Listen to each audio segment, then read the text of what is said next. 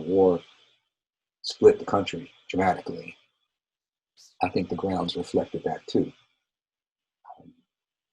Probably more, I can't quantify it, but it felt like, maybe just because those are the folks I hung around with, that the student body was more anti-war than anything else.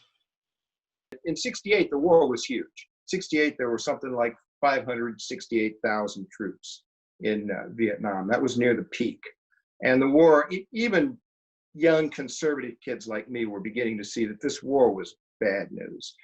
We had high school buddies who were coming back in body bags. My contemporaries, friends, classmates, getting killed at this point, still getting killed in a war which we had, by that time, pretty well knew that we were being lied to and knew that we weren't trying to win. I don't know that I was anti-war. To be honest with you, we know a lot more today than we did then about the war, the motives, and so forth.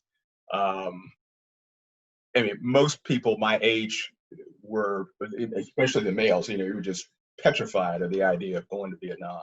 There's nothing like being, in those days, 18, 19, 20-year-old male with a low lottery number to focus the mind on what the heck were we doing over there in Southeast Asia. And that certainly was part of what was going on in my brain.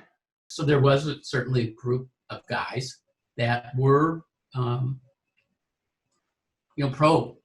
pro-government, whatever that, whatever, changing the, fighting the communists in Vietnam was something they were prepared to do. I think most of us didn't see the sense in it, and certainly didn't, weren't excited about being drafted to go fight in the war.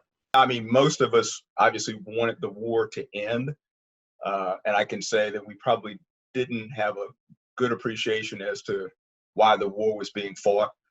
I was not an activist. I think there's a difference between being anti-war and being an activist, and I was not in the activist camp. I came to UVA in '68, and so I started, instead of what I was planning to do, which was just pledge a fraternity and sort of go for the usual ride. I was second generation. My dad had been at UVA back in the '40s. I changed. I got poking around looking for ways to help in the war. As I said before, it's difficult on one hand, loving this country, being feeling very patriotic, and on the other hand, knowing that what was going on here was really not, at that point, advancing the welfare of your country.